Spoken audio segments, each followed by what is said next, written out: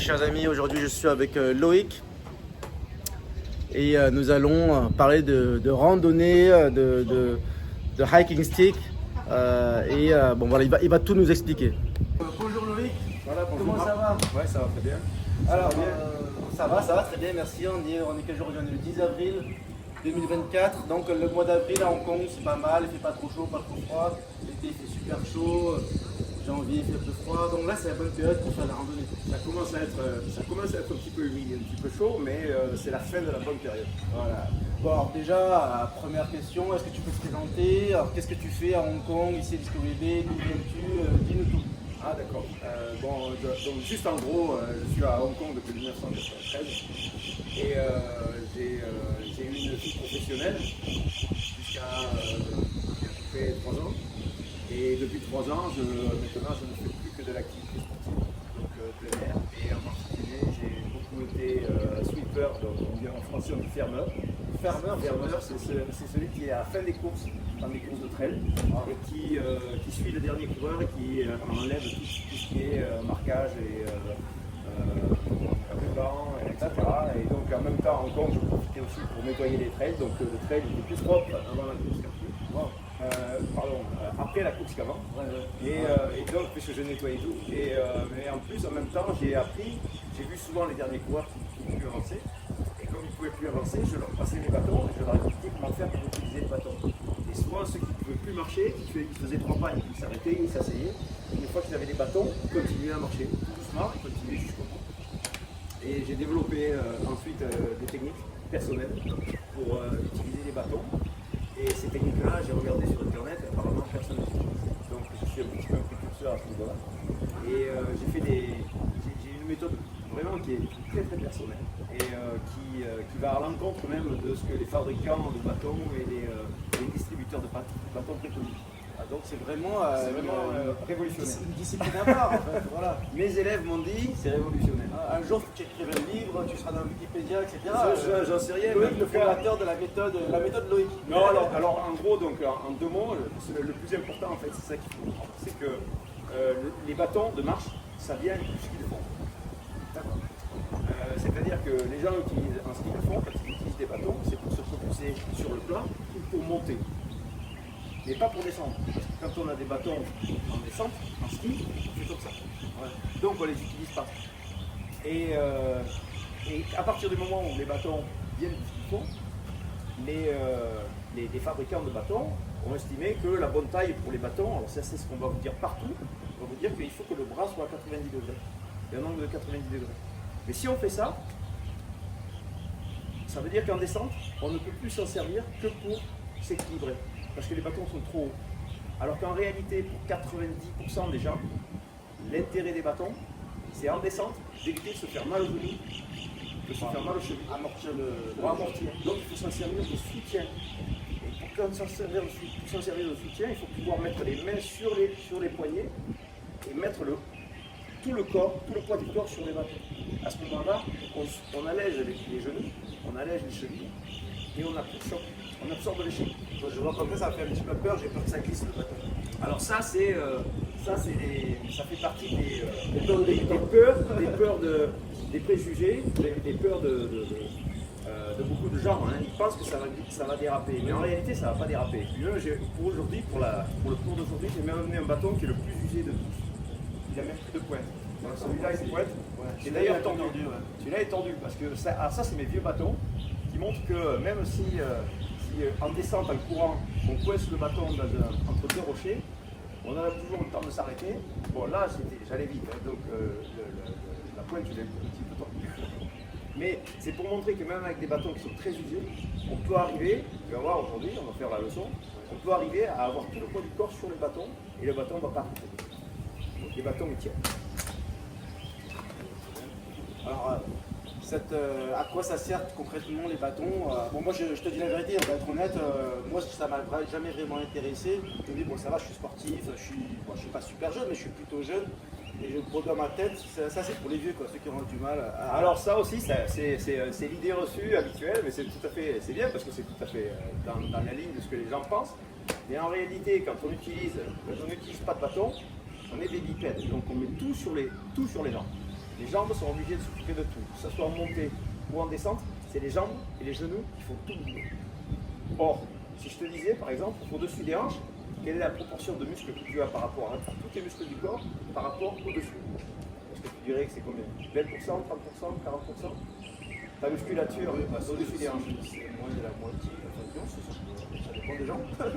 Ouais. Mais oui, en tout cas, je sais que les jambes, c'est les plus grands muscles, les muscles les plus puissants du corps. C'est les plus puissants, mais si tu fais la totalité, tu verras que pour la plupart des gens, je pense, j'ai pas fait d'études précises à ce sujet, mais je pense qu'on a au minimum 30% des muscles du corps qui sont au-dessus des hanches. Oui, Et probablement plus.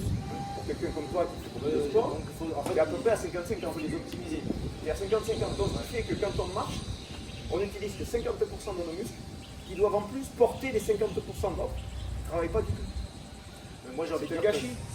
j'ai envie de dire que c'est naturel, c'est la nature, on est bipède. Mais c'est le problème. Et justement, là, le gros avantage, c'est que si on était des quadrupèdes, tu remarqueras que tous les quadrupèdes vont plus vite que les autres. Ils courent plus vite, ils sont plus stables. Pourquoi? Parce qu'ils ont 4 pattes. Et donc, ils utilisent tous leurs muscles. Et nous, on n'utilise que ceux du bas. Et on est vachement prétentieux parce qu'on se dit, bah, nous, avec nos 2 jambes, on peut tout faire. C'est pas vrai. Et non, on a des performances qui sont assez médiocres. Et surtout, quand tu utilises que tes jambes, au bout d'un moment, tes genoux s'usent, les cartilages s'usent, et il arrive assez vite que les gens ne veulent plus faire de la montagne parce que quand ils montent, ils aiment bien monter, mais ils ont peur de la descente. Parce qu'ils ont peur de tomber, ils ont peur de perdre l'équilibre, ils ont mal aux genoux quand ils descendent, et puis une fois qu'ils ont eu mal aux genoux une fois, ils y retournent. Alors qu'avec des bâtons, si les gens utilisent bien le méthode, avec les bâtons, bon, c'est difficile de dire ça comme ça, mais à vue de nez, ils vont vraiment marcher pendant 15 ans de plus s'ils ont des bâtons qui ne se ferment pas. Parce que les bâtons, ça va, 1, les rassurer, 2, ça va améliorer leur stabilité, 3, ça va aussi améliorer le haut du corps, parce que quand on utilise des bâtons, on fait travailler tous les muscles du haut du corps, en particulier les muscles des latissimus, les dorsaux, les deltoïdes antérieurs, les pectoraux, les trapèzes. Et donc une fois qu'on a développé tout ça, on se sent beaucoup plus fort. Et au contraire, on peut encore mettre beaucoup plus de poids sur les bâtons et utiliser encore beaucoup moins les jambes. Donc que ce soit en montée ou en descente, on a tous les muscles du haut du corps qui vont travailler pour les jambes et qui vont les économiser. Donc ceux qui étaient capables de faire par exemple 10 km, avec les bâtons, vont pouvoir faire 15 ou 20 km. Ceux qui font 50 km vont pouvoir faire Si je comprends bien, c'est un objectif de performance, c'est-à-dire de pouvoir faire plus, de pouvoir faire mieux, de moins se blesser, etc. Donc globalement, si j'ai envie de faire plus de kilomètres, je vais utiliser des bâtons. Mais bon, si je suis jeune et que j'ai pas forcément envie d'aller vite et que je marche doucement, je suis en famille, etc., bon, je vais pas de bâton. Alors le problème, justement, le problème des jeunes, et moi je le vois parce que je suis dans beaucoup de courses de trail. Les courses de trail, essentiellement, ce sont des jeunes. Dans la mesure où ils sont jeunes, ils ont des cartilages qui sont relativement jeunes, récents, et ils les utilisent, et ils en usent et ils en abusent, jusqu'au jour où ils sont blessés. Et je vois que tous les coureurs de trail, un jour ou l'autre, ont des problèmes de genoux. Tous. Donc en fait, il vaut mieux prévenir que guérir. Exactement. Il vaut mieux ne pas surconsommer son capital de départ et l'économiser au maximum. Donc si je résume, c'est utile pour ceux qui vont courir, qui vont faire beaucoup de randonnée, Mais qui pas veulent que que ça dure longtemps. Voilà. Ouais, mais moi je veux surtout développer ça pour des gens qui sont éventuellement, qui sont même en surpoids, des gens qui sont blessés. Je donne d'ailleurs des cours. D'accord. J'ai des kinés qui me demandent à leurs patients de venir me voir pour que je leur apprenne à utiliser les bâtons, parce qu'ils savent que pour eux la marche c'est essentiel. Et comme en Hong Kong en plus, si ça monte pas, ça descend, il y a un truc de plat, c'est essentiel pour eux d'avoir des bâtons, de savoir s'en sortir pour ne pas avoir peur. Et encore récemment, j'ai donné par exemple un cours à une dame qui n'avait jamais fait de sport de sa vie, qui était un surpoids et qui a des 70 ans. Et donc elle marchait même sur du plat avec des bâtons. Et je lui ai appris à utiliser les bâtons pour descendre les escaliers. Elle ne savait pas le faire. Mais une fois que je lui ai appris, elle était ravie. Elle n'arrêtait pas de marcher, elle montait, elle descendait, elle se régalait. Elle prenait du plaisir parce qu'elle se remettait à avoir de la confiance en elle-même. Et en plus, d'un coup, elle s'est rendue compte que ses jambes pouvaient la porter beaucoup plus loin que ce qu'elle pouvait parce qu'elle avait l'appui des bâtons. Donc c'est une méthode universelle que j'ai développée. C'est pas que pour les coureurs. À mon avis, les bâtons, le marché est énormissime. Et c'est ça que je ne comprends pas. Je ne comprends pas pourquoi les fabricants de bâtons n'ont pas compris que les bâtons, c'est pas que pour les sportifs de haut niveau. c'est aussi, et même essentiellement pour n'importe qui aime faire de la marche en montagne. Ouais, parce qu'il y a personne qui a fait des vidéos sur ce sujet. Exactement. Voilà, Et donc moi j'apprends aux gens à ne pas avoir mal et à apprendre à bien se développer. En plus, bon, je dis toujours que les gens qui ne veulent que courir avec leurs jambes sans utiliser le haut du corps, ça me fait passer un petit peu aux autruches. Qui ont des très grosses cuisses, si tu veux, mais en haut, il n'y a pas grand chose. Donc, moi je ne veux pas que les gens soient des autruches. Je pense que la vertu du sport, c'est de développer l'ensemble du corps, aussi bien mental que physique. Et physique, c'est pas seulement que les jambes. C'est un petit peu comme si on disait à des nageurs, vous allez nager, mais vous allez utiliser que vos bras. Les jambes, c'est pas la peine. Vous servez pas. Ou alors le contraire, vous allez utiliser que les jambes, mais pas les bras. Mais bon, pour les autres arts martiaux comme moi, ça m'intéresse beaucoup de travailler tout le corps. Donc ça peut être un bon complément, surtout quand je suis un petit peu blessé. Là, j'ai mal au dos. J'ai envie de faire quelque chose de sans trop me blesser. Donc ça peut me permettre de récupérer. Ça fait un genre de. Déjà, c'est une préparation complémentaire à mon sport. Tout à fait. Et surtout, c'est pour ça que c'est bien qu'on se rencontre, parce que je cherche, moi, à prendre contact avec des clubs, tu sais, pas d'haltérophilie, mais des weightlifting fitness, des fitness. Parce que souvent, dans les clubs de fitness, tu vois des gars qui sont super costauds, qui ont des muscles énormes, qui ont des biceps énormes, qui ont du haut du corps très fort. Et donc, dans la mesure où ils sont très très musclés au niveau du haut du corps, ils deviennent assez faibles au niveau des genoux. Et ces gens-là, même s'ils aiment courir, en général, ils font rarement plus de 5 km. Tu vois pas des camarades qui sont costauds qui font plus de 5 km. Ils courent 10 minutes sur le tapis pour s'échauffer. Voilà. Et sinon, tu les vois dans la nature, les gars, ils font pas plus de 5 km. Pourquoi? Parce que dès qu'ils vont commencer à faire plus de 5 km, ils vont avoir mal au genou. Et donc, pour eux, les bâtons, c'est encore plus essentiel, c'est primordial. Parce que, comme ils travaillent tellement le haut du corps, ils sont tellement forts, que s'ils utilisaient les bâtons comme transmission par rapport au sol, ils pourraient utiliser le capital qu'ils ont acquis avec leurs muscles du corps, aider leurs jambes, et à ce moment-là, faire des trails, et faire de la distance, et faire de la montagne sans aucun problème. Donc pour eux, c'est capital. Je comprends, moi j'ai des problèmes avec des gens qui, souvent des femmes d'ailleurs, qui sont très très fortes au niveau des jambes, qui sont très légères, très très menues, et qui n'ont aucun muscle au niveau du haut du corps. Et dès qu'elles utilisent les bâtons, elles trouvent que c'est trop dur parce qu'elles n'ont pas de muscle du tout. Et en fait, il faut passer ce cap. Il faut pratiquer le bâton. Et puis, tout doucement. Au début, voilà. Se développe très vite. Exactement. Et dès que le muscle se fait, à ce moment-là, tu commences à prendre du plaisir et tu t'aperçois que tes bras vraiment aident beaucoup les gens. Bon, alors, comment on fait pour démarrer? Ça se passe comment? Tu dis pour apprendre. Alors, comment je fais pour apprendre maintenant? Ça se passe comment aujourd'hui? Combien de temps ça dure? Il faut faire. Alors, il faut s'entraîner pendant 2 ans, 3 ans, tous les jours? Alors, pas du tout. Bon, là, moi, par rapport au cours que je donne, tu veux dire, ou par rapport au commun? Pour moi, pour apprendre maintenant, voilà. Est-ce qu'il faut faire une séance et après c'est bon? Est-ce qu'il faut faire voilà, alors 100 séances? Alors, par rapport 200 heures comme le yoga, je sais pas. Par rapport à mes cours, je fais une première séance de 3 heures pour expliquer les fondamentaux. Alors, donc aujourd'hui, c'est 3 heures que je vais faire. Aujourd'hui, tu vas faire 3 heures. Mais bon, si les gens n'ont pas le temps, on peut faire 2 heures. Et puis après, on peut se revoir la fois d'après et on peut faire encore 2 heures. Mais c'est pas Je vais être honnête avec toi, là, je suis en train de me dire, tu me montres comment utiliser le bâton, en prendre 10 minutes, c'est bon, il faut prendre comme ça, comme ça. Voilà. Exactement. Moi, je me dis là maintenant, à quoi ça sert de faire 3 heures? Qu'est-ce que je vais faire aujourd'hui pendant 3 heures? D'accord. Alors, ça, c'est tout ce que les gens disent. C'est-à-dire, ça, c'est le gros problème pour enseigner le bâton. C'est que les gens pensent que comme le bâton, c'est vraiment l'instrument de l'homme de Cro-Magnon, c'est le premier instrument de l'homme de Cro-Magnon, ils se disent, bon, il suffit de prendre un bâton, puis ça y est, je sais utiliser le bâton. Là, je prends une branche d'arbre et c'est bon. Voilà, ça y est, c'est facile. Bon. Mais en réalité, c'est pas ça du tout. C'est beaucoup plus technique que ce qu'on peut imaginer. Si on veut utiliser les bâtons, c'est toujours ça la question. Est-ce qu'on veut les utiliser de façon efficace? Si c'est pour prendre un bâton et dire je vais m'en servir pour taper sur un serpent, si je vois un serpent, on pourra enlever une toile d'araignée, effectivement, il n'y a pas besoin d'une petite technique. Mais si on veut s'en servir pour améliorer sa santé, pour augmenter ou améliorer sa capacité musculaire au niveau du corps, pour éviter les blessures au niveau des jambes, des genoux et des chevilles, par exemple avec les bâtons, moi je garantis qu'on supprime au minimum 90% de chances de se faire une entorse. Parce qu'à partir du moment où on a les bâtons qui te soutiennent le corps, même si ton pied tourne, quand tu poses le pied par terre, C'est que le début du mouvement, c'est que le début du mouvement et tes mains vont soutenir l'essentiel du poids de ton corps. Donc tu auras le temps d'éviter l'entorse.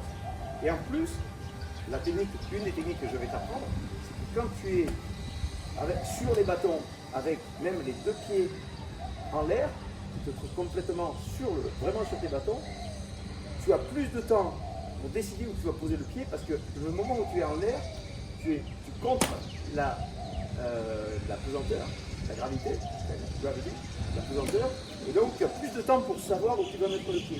Et un dixième de seconde ou 2 dixièmes de seconde de plus pour choisir l'endroit où tu vas poser le pied, c'est essentiel, ça fait toute la différence. Entre quelqu'un qui va se faire une entorse parce qu'il va tomber sur un rocher qui n'est pas bon, ou celui qui va décider d'aller mettre le pied à côté sur le mot, etc. Donc, tout ça c'est de la technique. Tout ça c'est de la technique. Et on va faire ça aujourd'hui. Donc aujourd'hui en 3 heures, je vais apprendre toute la technique, toute la théorie, comment se tenir sur les bâtons, quelle taille de bâton il faut avoir, quel type d'utilisation il faut avoir. Et ensuite, on va passer à la pratique, c'est-à-dire, je vais te montrer, je vais te prouver qu'avec les bâtons, on utilise très très peu les jambes, on utilise énormément de hauteur. Tu vas voir, et on est aussi efficace, et même beaucoup plus efficace, parce que c'est moins dangereux, et en plus on maîtrise le mouvement. Bon, allez, on va essayer. Ah ouais, voilà, merci. Des bâtons de façon efficiente, sans se faire des ampoules aux mains, c'est d'avoir des gants. C'est indispensable. Ça, c'est quelque chose que donc je mets les gants. Beaucoup de gens ne font pas. C'est même ahurissant de voir que les gens utilisent toujours des bâtons. Même quand ils utilisent des bâtons, ils les utilisent souvent mal. Donc ça, c'est des gants Et de ils les muscu. utilisent sans gants. Alors ça, ce sont des gants... alors ça peut être des gants de vélo, mais les gants de vélo, le problème, c'est que souvent, ils ont les renforcements qui ne sont pas exactement aux endroits qu'il faudrait. Parce que surtout, ce qui est essentiel, donc je vais le montrer ici, c'est que la partie centrale ici de la pomme soit protégée. Donc ici, tu vois, j'ai un padding ici, que tu as aussi toi ici, là. Ouais. Tu vois, tu as un padding qui est là, qui est essentiel. Et je vais te montrer ici, tu vas voir ma main, et je mets des gants tout le temps. Hein. Ah oui, il y a quand même quelque chose, même si tu as des gants. Même avec des gants, j'ai du cal, parce que j'utilise des bâtons tout le temps, mais vraiment tout le temps. Et dans des courses de trail, quand je fais des longues distances, j'utilise les gants. Mais par contre, maintenant que j'ai du cal, j'ai pas d'ampoule. Et l'important, c'est de ne pas avoir des ampoules. Parce que tu vas voir pourquoi tout à l'heure. Il faut bien penser qu'on va s'appuyer sur les bâtons. On ne va pas seulement utiliser les bâtons comme un support d'équilibre, mais on va les utiliser comme un support vraiment pour tenir tout le poids du corps dessus. Okay. Alors, juste un petit parallèle que j'ai établi qui est à mon avis assez parlant. Imagine quand tu conduis en voiture, tu es au sommet d'une montagne qui est très haute avec une route qui fait 15 km. Quand tu arrives au sommet de la montagne, tu peux très bien dire, je vais économiser de l'essence, je coupe le contact, je me mets au point mort et je laisse la voiture descendre. Ça use les freins. Exactement. Et tu vois, tout le monde le sait. 1, ça utilise les freins. 2, c'est beaucoup moins stable. Tu remarques que de suite, non seulement tu es obligé de freiner à chaque virage, mais en plus ta voiture, elle ne tient pas bien la route. Et donc, ça n'a que des inconvénients. Et quand tu arrives en bas de la descente, si tu arrives en bas parce que tu n'es pas encore mort, parce que ta voiture est sortie de la route, dans la semaine qui suit ou les 2 semaines qui suivent, tu dois changer tes plaquettes de frein parce qu'elles sont cuites. C'est exactement la même chose quand on descend une montagne sans bâton, parce que nos freins, à nous, c'est les genoux. C'est ce qui fait que quand les gens descendent une montagne, au bout d'un moment, ils ont mal aux genoux. Parce que les freins sont chauds, sont trop chauds. Et notre frein moteur à nous, c'est les bâtons. Quand tu as les bâtons, ton frein moteur, c'est tous les muscles qui sont au haut du corps. Et quand tu descends, si tu mets tes bâtons comme ça, tu ne forces pas du tout sur les genoux, et tu as tout le haut du corps, tu as tout le poids du corps qui est sur les bâtons. Tu vois ? Okay. Donc, on le sait pour des voitures, et on ne le fait pas pour nous. C'est quand même bizarre. Voilà. Donc, première chose, avoir des gants. Deuxième chose, attention pour les bâtons. Parce que comme je disais toujours, les fabricants, ou même dans les magasins, ils vont vous dire qu'il faut avoir le bras comme ça. Si vous avez le bras comme ça, vous avez des bâtons qui sont hauts. S'ils sont hauts, vous ne pouvez pas vous appuyer dessus. Parce que vous aurez les bras qui sont tellement hauts, et avec le coude qui sera plié, que vous n'aurez pas assez de force dans les bras pour arriver à vous tenir.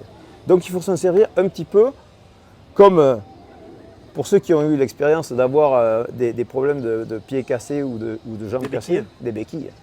Quand on a des béquilles, on a les bras tendus. Donc plus on a les bras tendus, moins on a de force à fournir et plus on a de soutien. Ça, c'est le principe de base. Et pour ça, il faut avoir, tu vois, il faut avoir la paume sur le haut du bâton et avoir au maximum l'os du bras qui est dans le prolongement du bâton. Ça, c'est l'idéal. Donc il faut au maximum avoir les bras tendus. Est-ce que tu te souviens avoir vu dans les films des cavaliers à cheval qui descendent une montagne? Un cheval, quand il descend une montagne raide, les pattes devant, elles sont hyper raides. Ouais, ok. Ben, c'est le même Ils font principe. très attention. Exactement. Pourquoi ils se mettent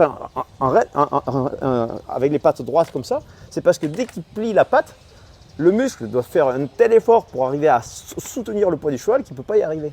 Donc le cheval, il va se mettre avec les pattes avant le plus droit possible. Ben nous, c'est exactement pareil.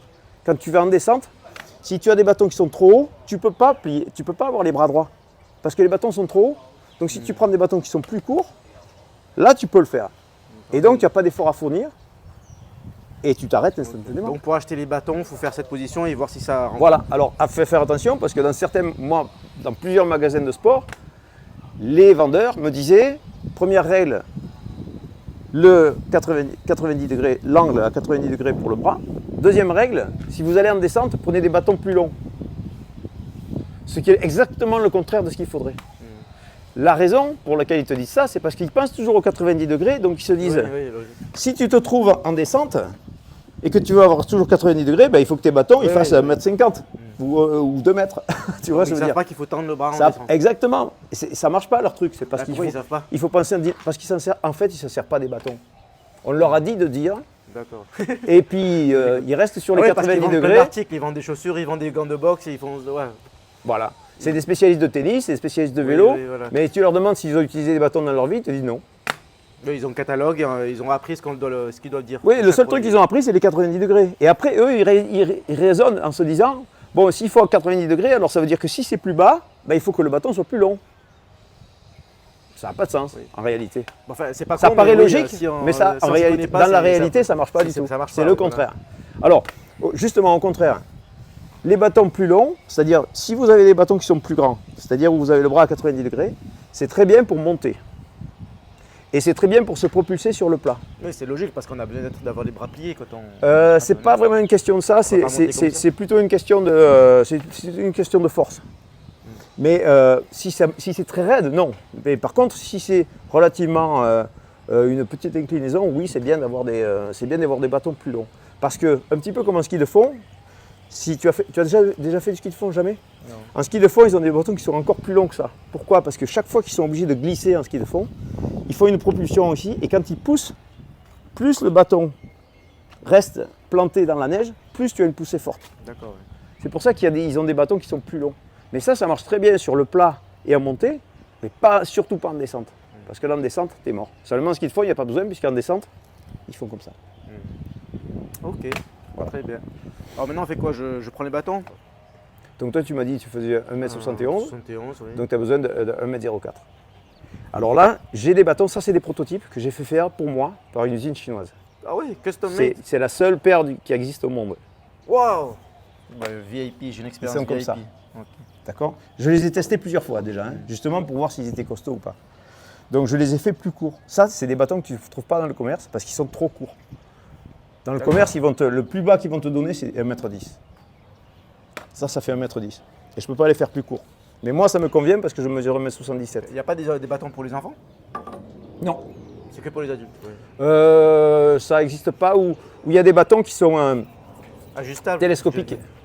Mais les bâtons télescopiques, le problème, c'est que quand tu les plies à leur maximum, ils font toujours 63, 64, 67 cm. Ce qui fait qu'ils ne rentrent pas dans un sac. Donc ça sert à rien. C'est pas que ça sert à rien, c'est pas pratique. C'est pas pratique. Alors que ceux-là, Ah mais si, ça c'est ajustable ça. ouais, mais parce que Ah, c'est les bâtons, c'est mes bâtons Ça à on peut moi. le mettre dans le sac. Donc ceux-là, tu peux les mettre dans un sac. Et en plus, tu vois, c'est vraiment, ils sont vraiment, tu vois, comme ça. Donc ils sont à la fois ajustables en taille. Ah oui. Donc moi, je peux les utiliser, j'ai besoin d'un mètre 10, donc je les mets à 1m10. Mais si j'ai quelqu'un de très petit, même une femme qui mesure 1m55 par exemple, 1m50, il n'y a pas de problème, elle peut ajuster et elle peut les faire jusqu'à, tu vois, ça descend jusqu'à 90 cm. D'accord. Donc 90 cm plus 67 cm, 16, ça fait 1m60, ça fait quoi? 1m87 1m87 pardon, ça fait combien? 57? 1m57, voilà. Donc 1m57, voilà, donc une femme de 1m57, elle peut utiliser ça, sans problème. Ok, Maintenant, aujourd'hui, une femme de 1m57, elle est obligée de prendre des trucs télescopiques, et donc qui sont après très longs, lourds, et en général difficiles à porter. Donc voilà. Ok, donc là on met à 1. Donc toi, tu as besoin d'un 0,4, on a dit. Donc je vais te mettre un 0,4. Alors, j'ai dit 67 ou 69, donc c'est un 0,4 ou bien un 0,2. Pourquoi? Parce que plus le bâton sera bas, plus tu auras le bras tendu. Donc moins tu vas utiliser de force. Donc c'est essentiellement si plus toi tu es costaud. Donc éventuellement, même pour toi, tu pourrais prendre des bâtons légèrement plus grands parce que tu vas pouvoir compenser avec tes triceps, parce que tu as des triceps très développés. Toi, tu vas pouvoir compenser, tu peux avoir des bâtons plus hauts parce que même en ayant des bâtons plus hauts, même avec les bras tendus, tu pourras être en l'air en soutenant ton poids grâce à tes triceps. Mais l'essentiel des gens ne peuvent pas le faire. Les triceps sont trop faibles. Ok. Et je vais t'expliquer des techniques. C'est pour ça que je te dis, on a besoin vraiment de 3 heures, parce que j'ai des techniques pour apprendre aux gens à utiliser les bâtons en descente et à utiliser au maximum leurs pectoraux et les latissimus à la place du triceps, parce que le triceps est trop faible. D'accord. Après, je peux faire ça spécialement parce que j'ai envie de travailler le triceps. Exactement. Ça va m'aider dans mon Exactement. sport. Exactement. Donc, Et moi, quand je veux utiliser, moi normalement, j'utilise des 1m10. Mais si je veux travailler mes triceps, Tu augmentes un petit peu plus. exactement, je les passe à 1m15. D'accord. Et je fais les mêmes exercices que je fais, je vais jusqu'à Muay avec Bon, des ça 1m15. ça fait une idée d'entraînement. Et quand j'arrive au bout, je peux te dire que je sens la différence. Et c'est que 5 cm. Donc tu imagines, la plupart des gens qui ont tous des bâtons qui font à peu près entre 10 et 15 cm de trop. Ils ne peuvent pas. C'est impossible. La marge est trop haute, tu vois. Ok. Donc aujourd'hui, on fait 1,04 et bon, si j'ai envie d'augmenter la difficulté, je vais mettre un peu plus. Mais même, voilà, même pendant le cours, on va pouvoir tester autre chose. Hein. Donc 1,04 là, normalement c'est bon là. 1,05, 1,04. Voilà, à peu près 0,4, 1,03. On va mettre comme ça. 1,04. Voilà. Ok. Tu es obligé de te baisser très bas pour pouvoir mettre le maximum de puissance sur un temps très court. 2, tu es obligé de lever les bras en l'air pour essayer de faire en sorte que l'inertie de tes bras soulève une partie du poids de ton corps. Et 3, quand tu atterris, ça fait du bruit. On entend le clac. Ok? Bon. Maintenant, vas-y, essaye une deuxième fois. Ça, c'est déjà beaucoup mieux. Là, c'est déjà beaucoup mieux sur les... Parce que là, toi, tu maîtrises l'atterrissage et c'est déjà bien hein, de faire ce que tu fais. À partir du moment où tu as des bâtons, c'est plus mes jambes qui vont travailler. C'est mes bras et mon dos qui vont m'aider à me soulever et mes abdos ne vont me servir qu'à soulever mes jambes pour que j'atterrisse en douceur. Et dans la mesure où j'ai des bâtons, je vais pouvoir en plus maîtriser mon atterrissage, c'est-à-dire que je vais pouvoir décider de la vitesse à laquelle j'atterris. Donc en sautant, je fais... Donc on n'entend pas parce que ça veut dire que je maîtrise mon atterrissage. Et pourquoi je le maîtrise? C'est parce que je suis tout le corps est sur les bâtons. Et c'est pas du tout mes jambes. Et les jambes, elles n'ont pas du tout travaillé. Si tu veux au niveau musculaire, si tu regardes la tension musculaire, quand je saute sans les bâtons, elle est à fond. Et quand je n'ai pas les bâtons, je ne me sers quasiment pas de mes jambes. Je me sers juste un petit peu pour donner une impulsion de départ. Et le reste est fait par les bâtons. Ça, je le fais maintenant? Vas-y. Oui. Alors comment je le tiens exactement. comme ça? Alors quand on met des Comme ça, bâtons, comme ça, alors voilà, première C'est chose. à l'intérieur, en bas. Première chose, la prise de bâton. En plus, tu n'as pas fait de ski. Donc. Quand tu mets des... baby, you can shoot this one? Ok. Donc quand tu mets des bâtons, toujours la main sous la dragonne. Par-dessous. Alors par-dessous. ça Par-dessous. veut dire quoi? Comme ça? Voilà. Ok. Et ensuite, la main vient, je te montre ici, la main ici, la dragonne se met comme ça. Voilà. Là, tu sais utiliser des bâtons. Déjà, tu en sais plus que la moitié des gens qui ont des bâtons. Ça, ils ne savent même pas le faire. Voilà. Et pareil sur l'autre main. Donc je passe en dessous. Sous. Voilà. Ensuite, je le prends comme ça. Voilà. Et donc le bout qui sort, il est dans cette direction. Et donc, et surtout, alors il y a des gens qui font ça, qui savent ça, mais qui ont des dragons qui sont tellement longues que même avec les dragons comme ça, la main elle est ici. Parce qu'ils ont la dragonne qui passe tout autour. Ah oui. Il ne faut pas le faire ça. Et je vais expliquer pourquoi. Tout ça, ça a une logique. Hein. Quand tu as les mains qui sont comme ça, il faut que ici, cette partie-là, soit proche du bord. D'accord. Moi, elle est un petit peu, elle n'est pas tout à fait. Non, mais c'est bien là. Dessus, C'est bien, c'est bien, c'est bien. C'est parce que quand tu vas les utiliser pour te propulser vers l'avant, je n'ai pas parlé des 5 fonctions, mais je vais en parler tout à l'heure.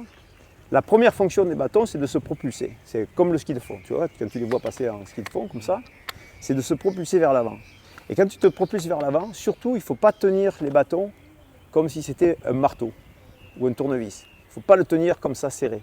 Parce que si tu le tiens serré, premièrement, tu vas utiliser ici, On gaspille l'énergie. tu vas gaspiller de l'énergie pour rien du tout, parce que ça ne sert pas du tout à avancer.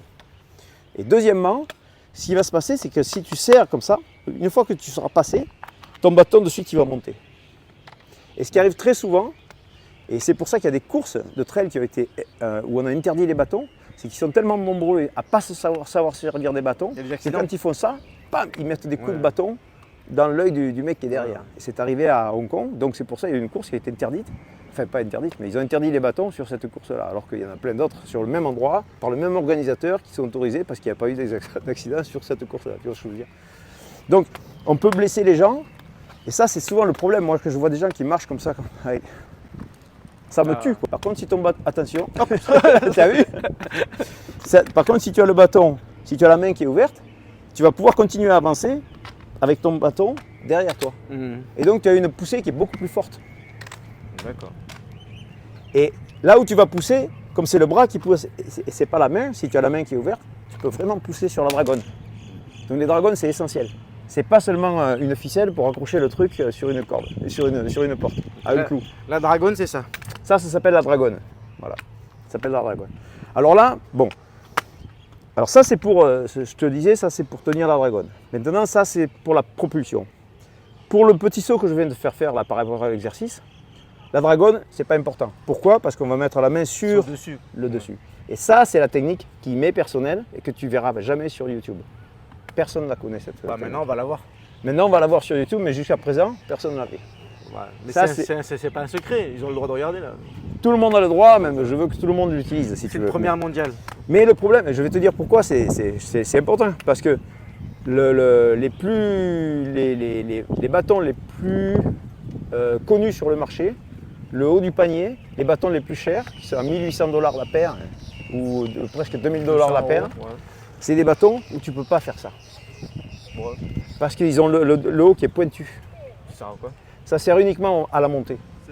Parce que c'est des bâtons faits qui sont super légers, qui sont faits uniquement pour que les champions puissent s'en servir dans les montées.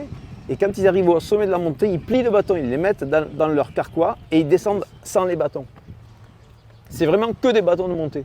Et ça montre à quel point, si tu veux, l'idée du bâton qui ne sert que pour la montée est incrustée, si tu veux, dans l'esprit des gens. Et surtout pour les coureurs, si tu veux, de haut niveau, ils ne veulent pas porter quelque chose qui est lourd.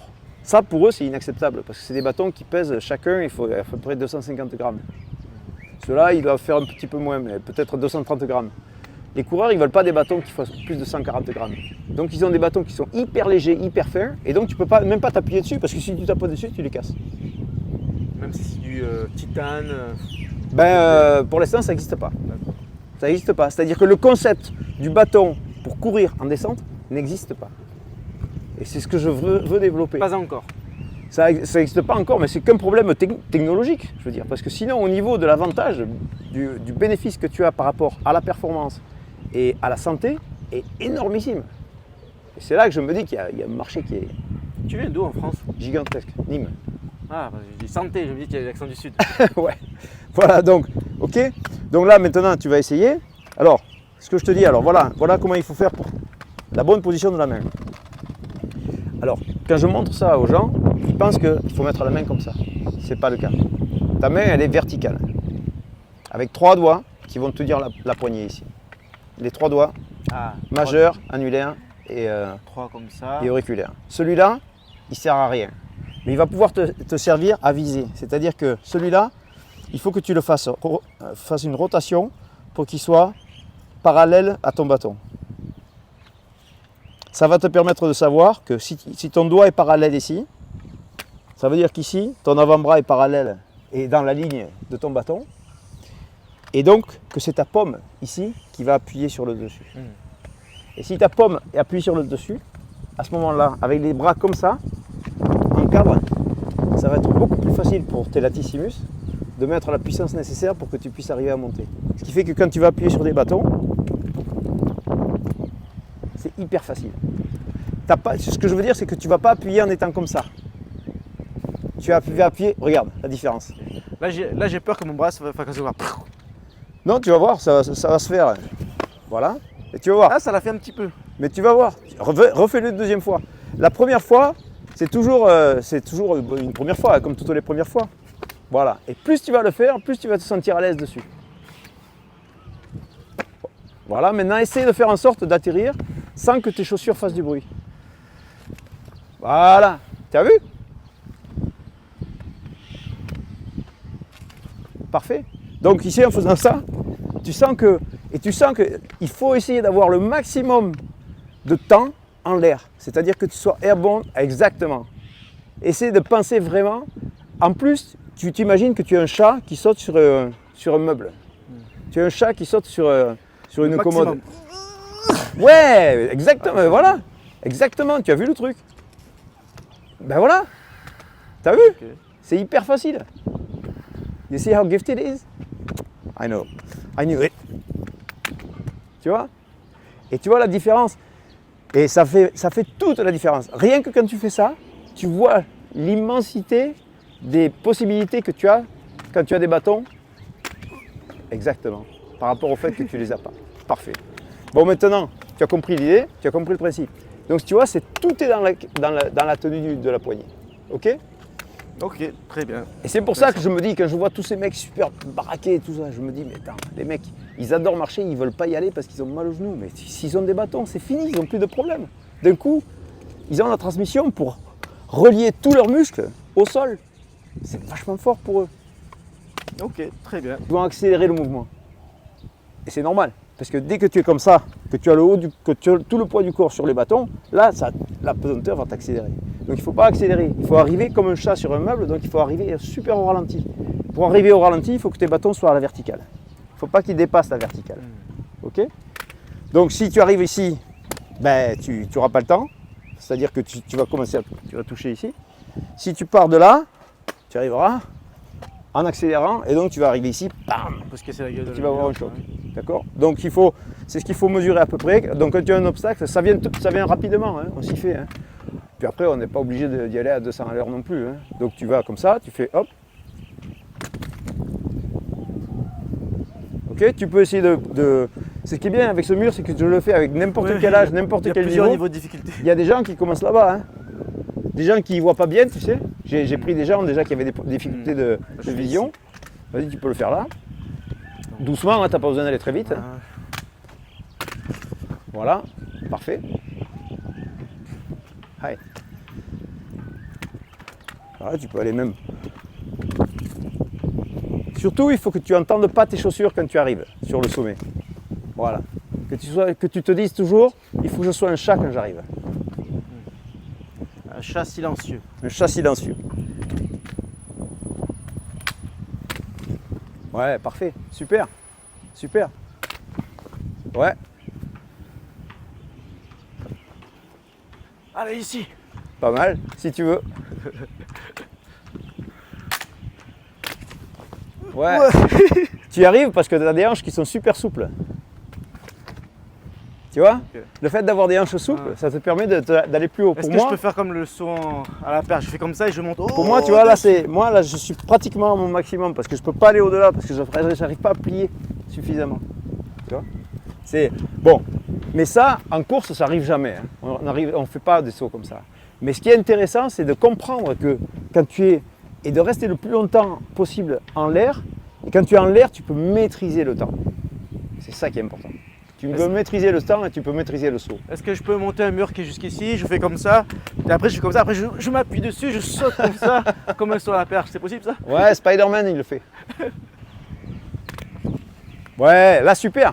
Beaucoup mieux que le coup d'avant. D'accord. Je l'ai vu là, de suite. Hein. Alors pour la descente, voilà, pour la descente, ben, c'est pareil pour la descente. La descente comme ça, ok? Donc, tu as vu mes bras? Droit. Je finis comme ça. Ok. Pourquoi je finis comme ça? Parce que je t'ai dit tout à l'heure qu'on avait le plus de force quand on avait les bras tendus. Quelle que soit la circonstance. Parce que si je fais comme je faisais avant, attends, je vais te montrer. Donc, avant, ce que je faisais au début, quand je n'avais pas pratiqué, si tu veux, je faisais comme ça et je pliais les bras. Dès que tu plies les bras, tu tombes comme une masse parce que tes triceps ne sont pas assez costauds. Tu peux pas résister. Toi, peut-être, tu vas y arriver mieux que moi parce que tu es costaud, mais la plupart des gens ne peuvent pas le faire. Voilà. Mais il ne faut pas que ça soit volontaire. Il faut que ce soit la pesanteur qui t'amène à écarter les bras. C'est-à-dire, le seul côté volontaire, c'est de décider de ne pas plier les bras. Ça, c'est volontaire. Mais après, le fait que tes bras s'écartent, c'est parce que ta pesanteur t'amène vers le bas. Dans l'idéal, il faudrait rester en l'air en ayant les bâtons comme ça et en ayant tout le poids du corps en l'air. Mais c'est pas possible. Parce que la pesanteur va toujours t'amener vers le bas. Seulement, le seul truc, c'est que tu donnes à la pesanteur, tu donnes à tes bras l'orientation qu'il faut prendre. La direction. La direction. Mais il faut résister au maximum. Il faut rester le plus longtemps possible en l'air. Plus serré. Voilà, 40 cm à peu près. Voilà. Tu sens que si tu fais ça, tu peux rester. Quand tu fais ça, tu vois, je résiste et je reste plus longtemps en l'air que si je descendais sans bâton. Sans bâton, tu tombes comme une masse. C'est la pesanteur. 9,81 newtons. Voilà. Tu sens là? Tu l'as bien senti ici là, au niveau des. J'essaie de rester comme ça longtemps, mais en fait, Exactement. je peux pas, quoi. Exactement. Tu sens que c'est là que ça travaille. Hein. Bon, très bien. Tu vois, ça paraît rien. Hein. On est loin de Cro-Magnon là. Hein. On est loin de Cro-Magnon. Ok. Alors pourquoi on met le bâton en premier? Ça, c'est quelque chose que j'ai analysé parce que je le faisais et je me suis posé la question pourquoi je le faisais. Et après j'ai compris. Surtout quand tu es crevé, tu remarqueras quand tu es fatigué, ton bras il se pose, il attend ton pied. Parce que le bras, il peut attendre le pied. Le pied n'attend jamais. Dès que le pied se pose, il va pousser. Okay. Tu vois ce que je veux dire? Dès que ton pied se pose, il ne va pas attendre. Il va faire comme ça et il va commencer à pousser. C'est instantané. Donc, comme le pied ne peut pas attendre et que la main peut attendre, c'est la main qui va se poser en premier. Et si tu ne le fais pas, c'est-à-dire j'ai souvent les cas de gens qui font comme ça. Ça veut dire qu'une chose, c'est-à-dire qu'ils posent le pied avant le bâton ou même en même temps, ça veut dire qu'ils ne veulent pas que leurs jambes laissent le pouvoir au bras de décider. C'est-à-dire que c'est toujours les jambes qui travaillent. Parce que si tu poses le pied avant le bâton, comme je te dis que le pied ne peut pas attendre, il va commencer à pousser, ça veut dire que ton bras, tu vas utiliser que 10-15% de sa capacité, au lieu d'utiliser le maximum. D'accord? Ensuite, et c'est ça qui est important, comme je te disais tout à l'heure, il faut être sur la même ligne. Donc si je décide de faire un pas qui est très petit, je mets ma pointe de bâton ici et mon pied en face. Si je veux aller plus loin, si je fais ça, je suis obligé de mettre mon pied ici. Donc c'est la main qui dirige la longueur de ta foulée. Petite foulée.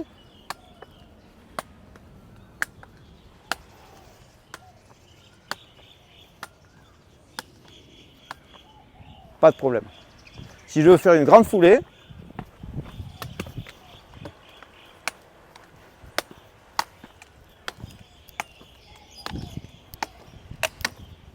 mais c'est toujours la main qui décide. Ok, vas-y. Ça d'abord et après Voilà. ça. Donc sur la même ligne. Pourquoi pas sur la même ligne? Parce que si tu n'es pas sur la même ligne, tu ne peux plus appuyer.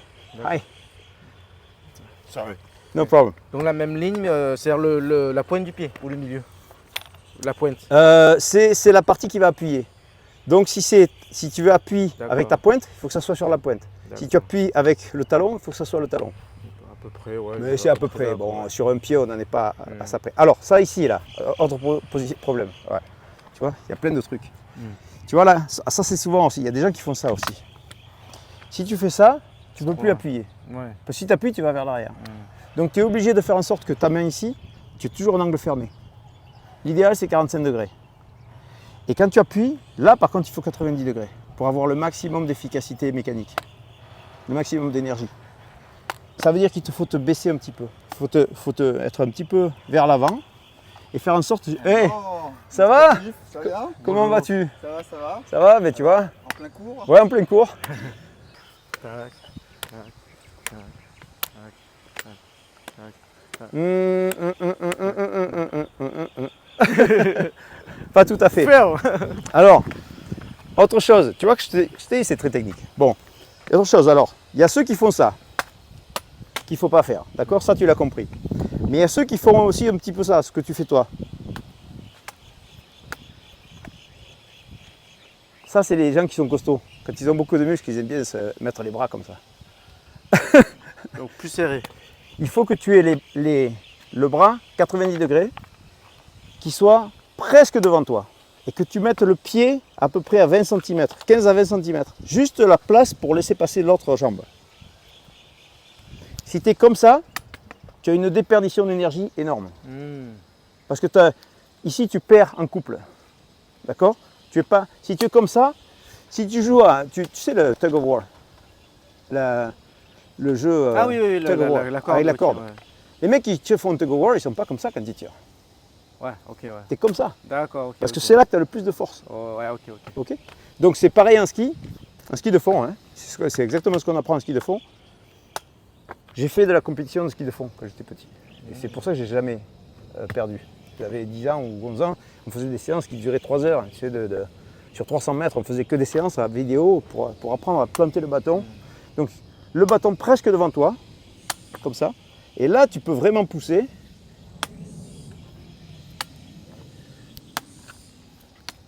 Et là, tu as le maximum de force. Tu vas sentir quand tu pousses, en ayant le bras à 90 degrés, au maximum, au moment où tu pousses. Alors là, non, hop, là tu vois, tu ouvres. Là, ce qui se passe, regarde. Quand tu as posé, tu vois? Ah oui, comme ça. Exactement. Ton bâton était trop à la verticale. Il était même vers l'arrière. Donc voilà, mets pas le bâton trop loin. Et le bâton avant le pied. Hop, hop, hop, hop. Ton bâton est là, ton pied est là. Tu n'es pas sur la même ligne.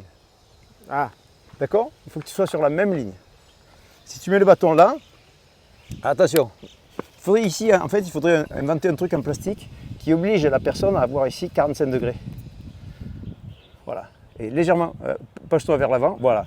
Là, tu sens que tu as le maximum de force. Si tu veux pousser à mort sur tes bras, sans utiliser tes jambes, tu peux le faire. Là. Et là, d'un coup, voilà. Vas-y. Voilà, mais pas trop loin ton bâton. Ne le mets pas si loin. C'est pas la peine de le mettre trop. Voilà. Il vaut mieux le mettre là. Et là, tu peux vraiment pousser comme ça. Voilà. Et là, tu peux. Vas-y. Et le bâton avant le pied. Il faut comprendre les principes. Voilà. Voilà. Voilà. Hop. Pas bon. T'as vu là? Tu as mis ton bâton ici et ton pied ici. Ça veut dire que c'est ton pied qui fait le boulot. Et ton bâton, tu l'as laissé tomber. D'accord? Voilà. Ouais. Ouais. Ouais. Ok. ah ok. Il faut toujours penser en fait au bras. C'est-à-dire, il faut que ça devienne une habitude. En fait, c'est naturel. Il faut revenir au naturel.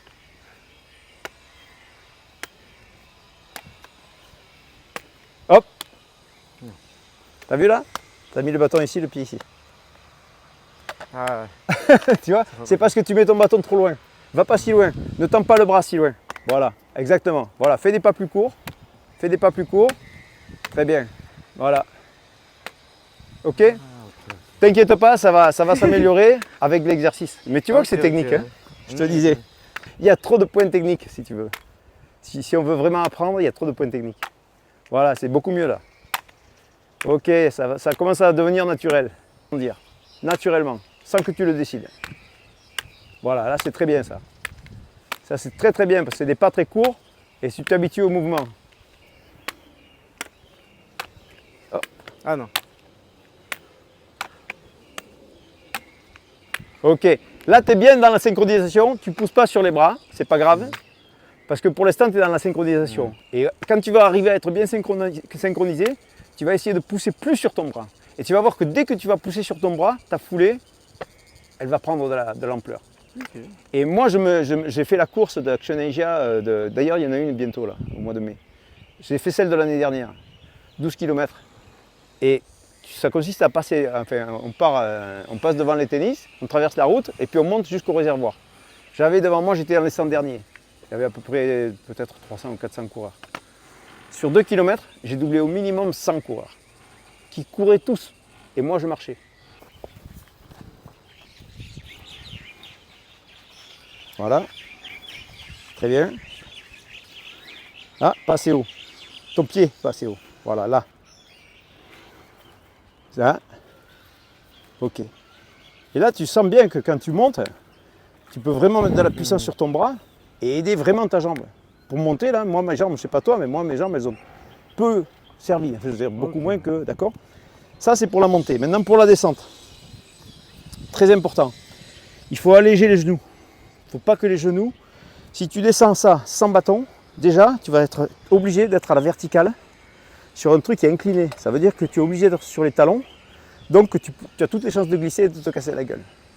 Et en plus, tu vas avoir super mal aux jambes parce que chaque fois que tu vas descendre un pas, c'est ton genou qui va supporter tout l'effort de la descente. Donc c'est ça qui fait super mal aux genoux, c'est ce qui fait que les gens abandonnent la marche. Donc là, ce qu'on va faire, on va mettre les bâtons devant. Tu les plantes devant. Voilà. Et là, tu sens que par rapport à ce qu'on faisait tout à l'heure, tu sais, sur le fait que tu as le poids du corps qui est sur le bâton, là, tu sens que tu es en confiance. Une fois que tu es bien en confiance, que tes bâtons sont bien en appui, tu vas mettre un des deux pieds entre les bâtons. Pas au-delà, mais entre les bâtons. Là, tu n'as aucune tension, ni sur le genou du droite, ni sur le genou de gauche. D'accord ? Il n'y a aucune tension, puisque tu as tout le poids qui est sur les bâtons. Et tu ramènes le deuxième pied à côté. Voilà, on a fait un pas, aucune tension dans les genoux. On refait pareil, plus bas. Alors pas trop écarté, hein. Tes bâtons sont... N'oublie pas qu'il vaut mieux que ce soit tout petit peu en V que en A. Ok, les bâtons, il vaut mieux qu'ils soient comme ça. Parce que tu as plus de force sur les latissimus. Tu mets le pied entre les deux.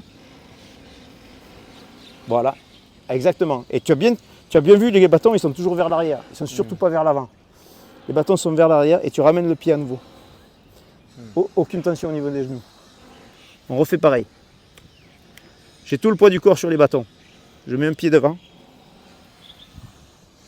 Et l'autre en face. Ok. Troisième, pareil. Ok. Vas-y, refais. Non. Deux choses. Un, d'abord, tes bâtons sont un petit peu trop larges.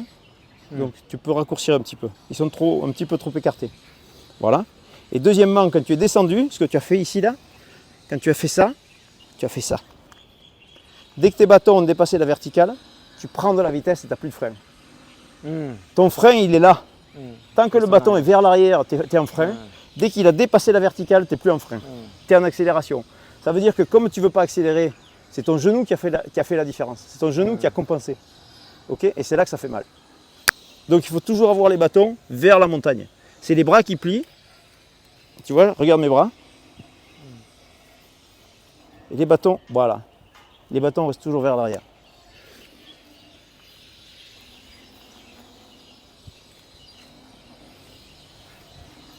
Voilà.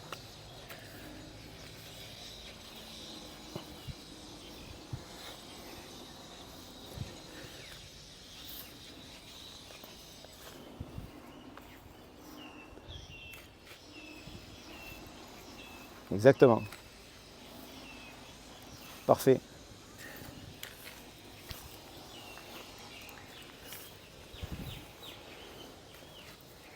Alors ça démontre une chose qui est importante, c'est que même si tu as une blessure au genou, et tu peux comprendre pourquoi maintenant les kinés demandent à leurs patients de venir me voir, c'est que même dans une descente comme ça qui est hyper raide, quand tu descends comme ça, tu n'as aucune tension ni sur le genou ni sur l'autre. Donc même si tu as une blessure au niveau des genoux ou que tu as un problème d'Aitiban ou n'importe quoi, tu peux descendre ça sans aucun problème. Parce que tu as tout le poids du corps, ton corps Ouais, n'est c'est- pas soutenu par les genoux, C'est un bon exercice de rééducation aussi. il est soutenu par ton haut du corps. Et puis alors là, qu'est-ce que tu travailles au niveau du haut du corps? C'est génial. Je veux dire, pour tous les gens qui sont faibles du haut du corps, quand ils font ça, ils ressortent, ils arrivent chez eux, ils ont des pectoraux comme jamais. Tu vois? 1, 2, 3, 4. 1, 2, 3, 4.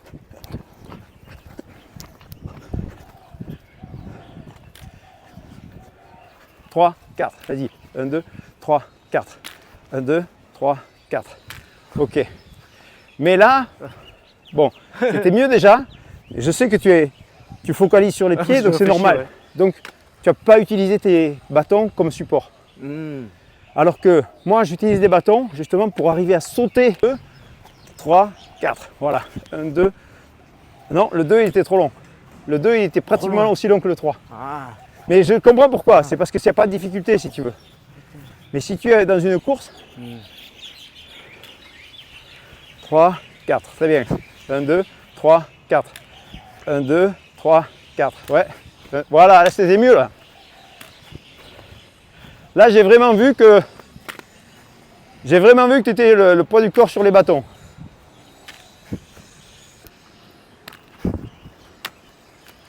Exactement. Et tu sens que là, tes triceps, ils t'aident vachement à pousser. Tu peux prendre des obstacles, tu n'as même pas besoin de pousser au niveau des jambes. Tu vois, si tu cours uniquement avec tes jambes, c'est tes jambes qui font 100% du boulot. Alors que là, à monter, c'est tes bras qui vont faire le boulot.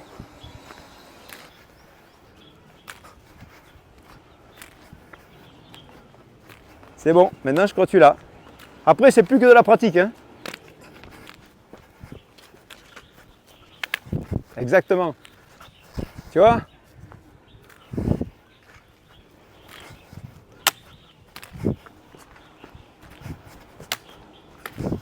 Clipser, il y a une espèce de clips.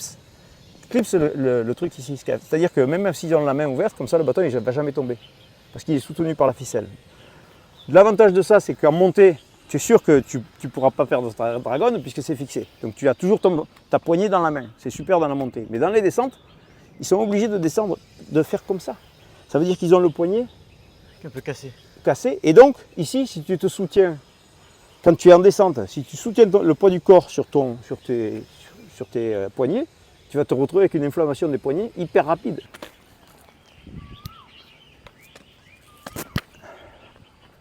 Donc, comme on a fait tout à l'heure sur le mur, tu n'es pas obligé d'aller de très loin d'ailleurs. Hein. Tu le fais juste là. Hein. Tu montes comme ça, tu fais ça.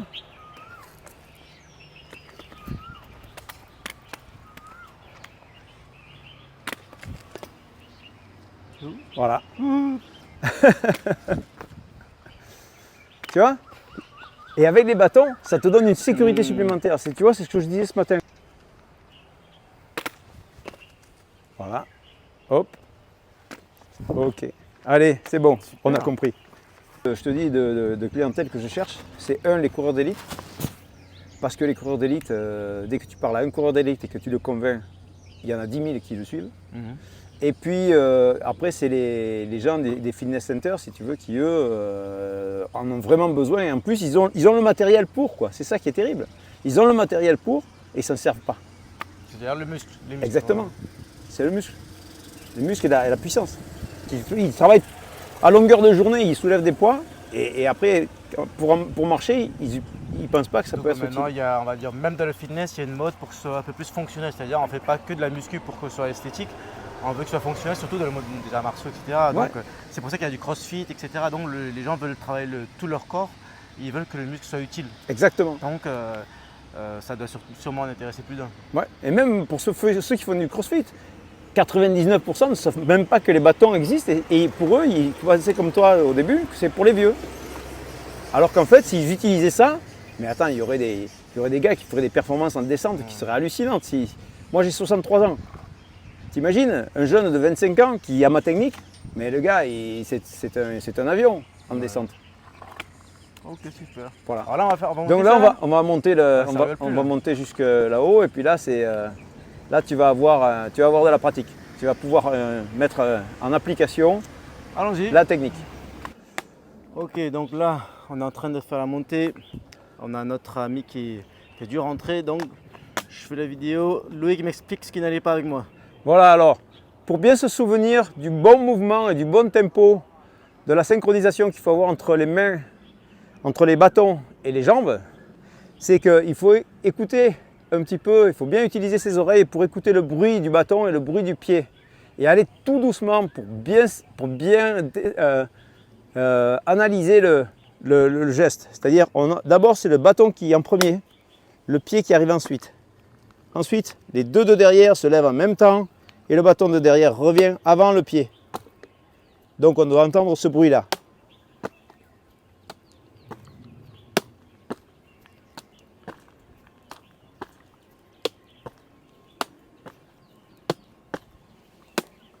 On entend bien que c'est le bâton qui tape avant le pied. Jamais le pied en même temps que le bâton ou avant le bâton, encore pire. Donc toujours le bâton en premier. C'est tout. Bon, vous allez voir les beaux paysages de Hong Kong.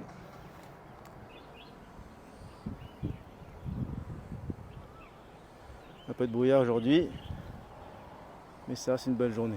Temps magnifique. Quand il y a un obstacle qui est un petit peu plus grand que d'habitude, ou alors au cas où on est très fatigué après une longue balade et qu'il y a un obstacle, on peut mettre les deux bras devant, les deux bras attendent le pied.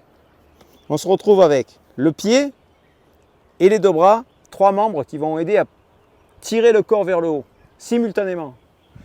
Donc on se retrouve avec, on monte comme ça, on met le pied qui était derrière, qui revient devant, et pour aider le corps à se mettre au-dessus du pied d'appui, on va pousser avec les bâtons vers l'arrière. Et là, à ce moment-là, on peut ramener les bâtons devant et on continue. Voilà. Alors là, une belle descente avec des escaliers. Irrégulier et technique. Pour descendre des escaliers qui sont un petit peu difficiles, il faut mettre d'abord les deux bâtons en contrebas sur la marche du bas, à peu près à 10 cm du bord. Une fois qu'on les a posés à 10 cm du bord, on va soulever le poids du corps, on va se retrouver aéroporté et on s'arrête juste au milieu des bâtons. Jamais au-delà, toujours au milieu des bâtons. Comme ça. Le pied arrive entre les bâtons. Je refais. Et le deuxième pied arrive sur la marche du bas. Donc ça fait, en dynamique, ça fait comme ça. Et ensuite, on fait le troisième pas et le quatrième pas tout seul pour ramener les bâtons. Et après, on refait la même chose. 1, 2, 3, 4. 1, 2, 3, 4. 1, 2, 3, 4. Alors maintenant on va voir une petite démonstration. Allez, c'est parti!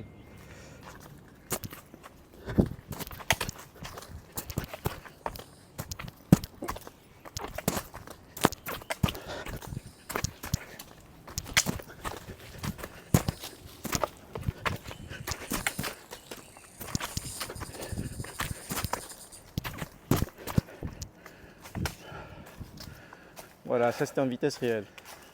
L'intérêt de cette technique, c'est que même dans des escaliers qui sont aussi pourris que ça, aussi irréguliers, avec des rochers, des racines, des escaliers en béton qui sont à moitié cassés, tordus, inclinés, le fait d'avoir les bâtons fait qu'à chaque moment, on est en maîtrise de l'endroit où on est. On n'est pas pris par sa vitesse. Et à chaque fois qu'on met les bâtons par terre, on fait frein moteur. Et quand on est dans l'air, on a tout le temps de réfléchir à l'endroit où on va poser le pied. Quand je me mets là, je peux décider en l'air si je veux le poser à gauche, à droite ou au milieu. Parce que j'ai tout le temps. C'est pas la pesanteur qui va me diriger, c'est moi qui vais diriger la pesanteur. Voilà. Alors qu'est-ce qu'on fait maintenant? Alors maintenant, je vais vous montrer un petit exercice à faire qui est excellent que je préconise pour plusieurs choses. La première, c'est pour le fun. La deuxième, c'est pour améliorer son équilibre. La troisième, c'est pour améliorer la musculature au niveau des chevilles, donc de renforcer les chevilles. Et puis la quatrième, c'est aussi de bien apprendre quels sont les meilleurs endroits pour poser les bâtons par terre, pour bien sentir le moment où le centre de gravité du corps est le mieux placé par rapport à la position des bâtons. Et ça, c'est vraiment quelque chose qui est essentiel, mais ça vient avec la pratique. Donc, petit exercice. On va faire ici une petite descente qui est très courte, mais je vais m'interdire dans cette descente de marcher partout où il y a des feuilles ou alors de la terre. C'est-à-dire que je ne vais aller que sur le sommet des rochers. Et donc en utilisant les bâtons. Ça prouve plusieurs choses. La première, c'est que quand on a des bâtons, même si on est sur une pierre qui est pointue, avec les bâtons, on est en sécurité. Parce qu'on a toujours 3 points d'appui, minimum, 3 à 4. Et donc on n'a pas peur. On peut mettre les bâtons n'importe où. Et on sait qu'on peut poser le pied sans perdre l'équilibre. Si j'avais pas de bâton, je ne suis pas sûr que je ferais l'exercice. Et même quand c'est un petit peu haut comme ça, qu'il y a une petite distance à faire, avec les bâtons, si je les place à mi-chemin entre l'endroit où je veux aller et l'endroit où je suis, je sais que mon centre de gravité va être bien placé et donc je pourrais me poser facilement dessus. Sans aucune peur. S'il n'y avait pas de bâton, je ne les ferais pas. D'accord. Ah, c'est très beau ici. Alors, Voilà, alors 3 façons de monter des escaliers de ce genre-là, qui sont des escaliers un petit peu plus hauts que la moyenne. La première façon, c'est un mode alternatif, comme on fait d'habitude, c'est-à-dire doucement. On met le bâton devant, le pied, le bâton, le pied, le bâton, le pied. Ça, c'est la première façon, la plus tranquille de le faire. La deuxième façon de le faire, si on veut le faire de façon plus dynamique et un petit peu plus rapide, on peut le faire avec, on arrive devant l'obstacle, on met les 2 bâtons devant, le pied, et on pousse et on avale les obstacles. Ça va plus vite. Je vais essayer de le faire avec un petit peu plus de vitesse.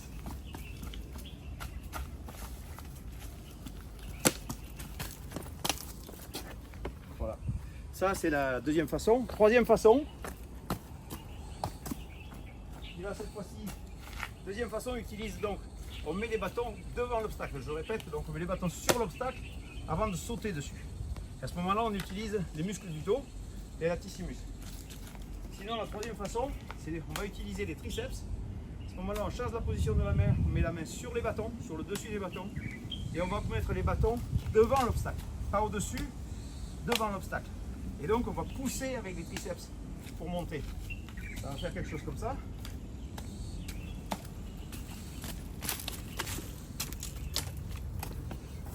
Voilà. Et les triceps sont plus explosifs que les latissimus, donc quand il y a peu d'obstacles, peu de marches à faire, c'est mieux de le faire si on veut aller plus vite. Si on veut aller plus lentement et s'économiser parce qu'il y a plus de marches, à ce moment-là, il vaut mieux mettre les bâtons sur le devant de l'obstacle, sur l'obstacle, et pas devant lui. ah, on a un beau lézard ici. Hello, hello.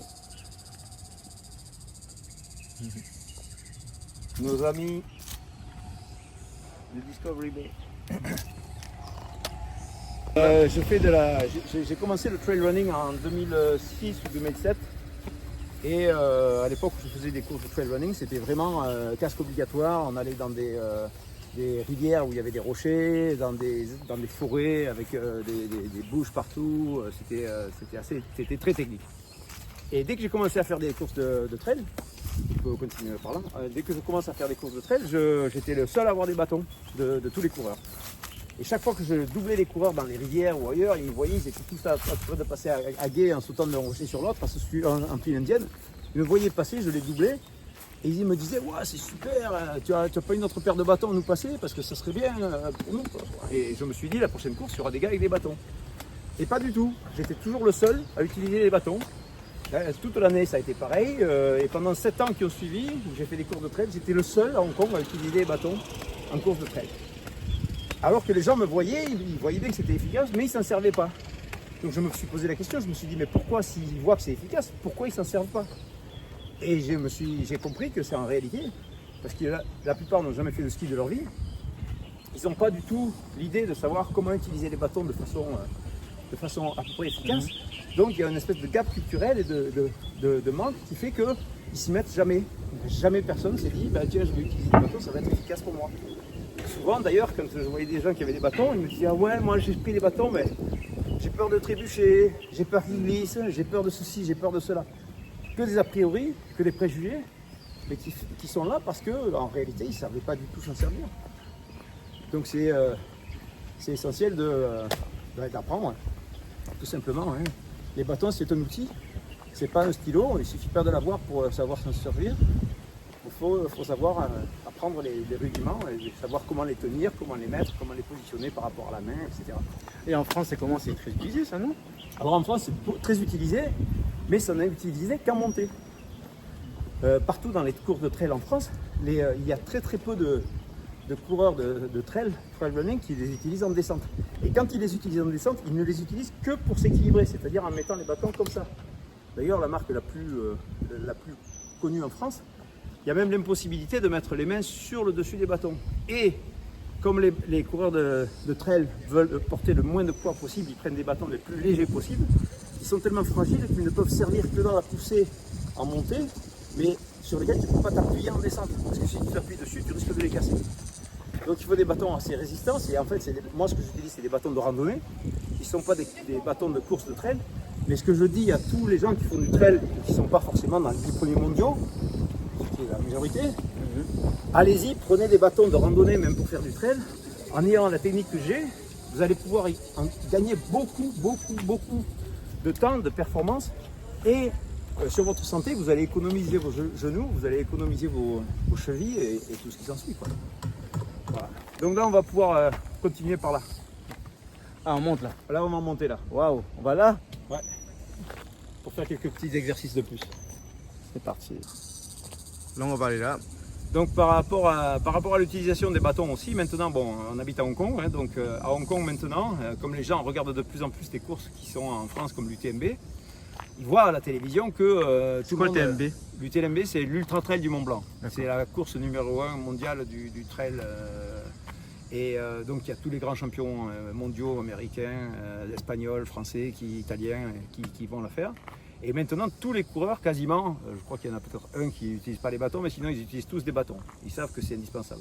Mais ils les utilisent que pour la montée. C'est ce que je disais tout à l'heure. Donc maintenant, les Hongkongais voient ce qui se passe en Europe. Donc ils achètent tous des bâtons. Et maintenant, à Hong Kong, depuis 2 ans, c'est très récent, depuis 2 ans, ils achètent tous des bâtons. Et chaque fois que je vais voir des courses de trail, je les vois avec leurs bâtons. Et ils utilisent des bâtons comme ça. En fait, ils promènent leurs bâtons. Ils sont avec leurs bâtons à la main, ils ne s'en servent pas du tout. Alors ils ont des bâtons, ils s'en servent un peu dans la montée, comme ça, sans mettre les dragons, avec la main en bas de la poignée, un petit peu en désorganisation, comme ça, hein, sans vraiment savoir coordonner les mains avec les pieds. Ils ont tous des bâtons, mais personne ne sait s'en servir. Parce qu'ils ont tous dans l'idée que le bâton est un outil tellement simple que dès qu'on l'achète, on peut s'en servir. Et c'est pas le cas. Alors là, on marche sur les rochers. Voilà, alors petit exercice un petit peu l'opposé de ce qu'on a fait tout à l'heure en descente sur les rochers. Là, on va le faire, mais sur le sommet des rochers. Alors surtout, ce qui est important, c'est le positionnement des bâtons par rapport au centre de gravité. Souvent, les gens ont tendance, si je leur dis qu'il faut monter sur ce rocher-là et puis sur celui-là, qui sont devant, ils ont tendance à mettre le bâton devant et après ils mettent le pied. Je dis, ça c'est bien, mais seulement si vous n'arrivez pas à hisser votre centre de gravité sur votre pied d'appui, comme vos bâtons sont devant, ils ne vont pas pouvoir vous retenir et donc vous allez tomber vers l'arrière. Donc ce qu'il faut, c'est toujours prendre un appui de sécurité. Là, je mets mes bâtons à la moitié du chemin, j'arrive sur le rocher et là, je peux toujours appuyer sur mes bâtons pour me hisser sur le rocher. Je suis toujours en équilibre. Donc si on fait ça, si je fais ça, par exemple, je veux monter sur ce rocher et que je fais ça, si je fais ça, j'ai pas la force pour monter. Alors que si je me mets avec les bâtons un petit peu plus en avant, je peux sauter sur le rocher sans aucun problème. Donc c'est vraiment monter sur la pointe des rochers comme ça, c'est très utile pour savoir où positionner ses bâtons. Parce qu'après, ça va devenir instinctif. Plus vous le faites, plus ça va devenir instinctif et vous saurez exactement où se trouve votre centre de gravité par rapport au positionnement des bâtons. On va monter tout le truc, tous les rochers comme ça, juste sur la pointe des rochers.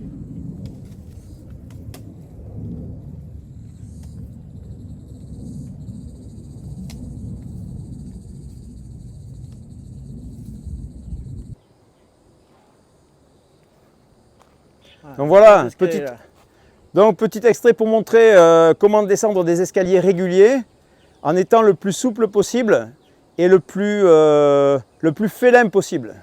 C'est-à-dire, j'imagine qu'il y a un ours à côté de moi et je ne veux pas qu'il m'entende, donc il faut que mes pas soient les plus doux possibles en arrivant sur les escaliers. Et pour ça, il faut que je sois en l'air le plus longtemps possible. Et toujours avec la position en V pour permettre au latissimus, au dorsaux, de soutenir le corps.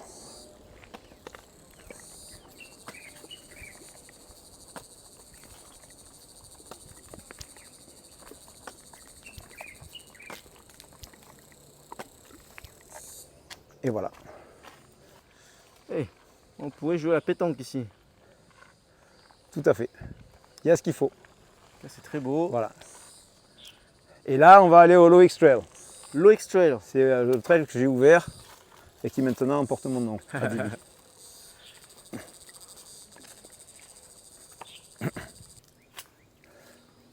Ça, c'est le Loix Trail. C'est-à-dire Donc c'est un trail que j'ai ouvert ici parce que c'est un raccourci qui évite de prendre les escaliers en béton. Je déteste. Ça veut dire quoi ouvert? Tu as créé ce passage? C'est-à-dire le passage quand il avait existé avant, puis il avait été complètement repris par la nature. Et quand je suis passé ici l'année dernière, il était comme ça. C'était à peu près comme ça. Et donc j'ai tout nettoyé pour en faire un trail sur lequel on peut maintenant marcher et courir. Et tu as le droit de faire ça? Ouais. Allez, c'est toléré. Maintenant que tu l'as fait, tout le monde en profite. Voilà. Disons que si je le fais avec les mains et les pieds, j'ai le droit. Voilà. Théoriquement, on a le droit.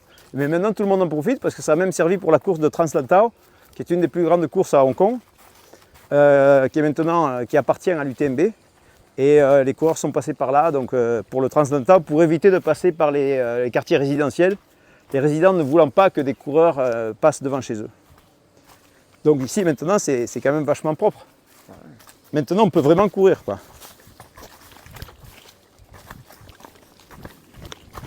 Ah, d'accord. Ouais, voilà, on a fait plus de 3 heures avec Loïc, c'est très sympa. 4 heures. 4 heures, oh là là là là. Donc c'est plus de 3 heures. Voilà, 4 heures, oh là là là, déjà j'ai pas vu le temps passer. Finalement, 3 heures, c'est pas si long que ça. Non. Au début, je me suis dit, ouais, j'ai pas envie de faire 3 heures, j'ai envie de ouais. faire 1 heure. Tout le monde se dit, il y aura besoin de 10 minutes quoi. Ben non. C'est très technique et il y a beaucoup de points techniques à connaître. Et après, c'est de la pratique. Donc on se voit pour la deuxième session. Bon voilà, donc on c'est va quoi la faire deuxième session? Il faut attendre une semaine après, un mois après? Non, c'est au choix de chacun. C'est à toi de savoir si tu as envie de pratiquer ou pas. Et puis tu peux me dire soit la semaine prochaine, soit dans 3 mois, soit dans 1 an, quand tu veux. Quand tu te sens prêt à faire la deuxième, quand tu as envie, parce que tu te dis, je vais préparer une course, ou je vais préparer une marche, je vais aller partir en Écosse pendant le mois prochain. Donc j'aimerais bien utiliser mes bâtons. À ce moment-là, on fait la deuxième session où tu vas pouvoir bien pratiquer. Et puis je vais faire les fine-tuning et puis les corrections, parce qu'il y a toujours des corrections à faire. Ok, très bien. Ben, merci beaucoup, c'est très intéressant. Allez, et, bonne fin de journée. avec plaisir. Ciao, ciao, merci. Allez, ciao.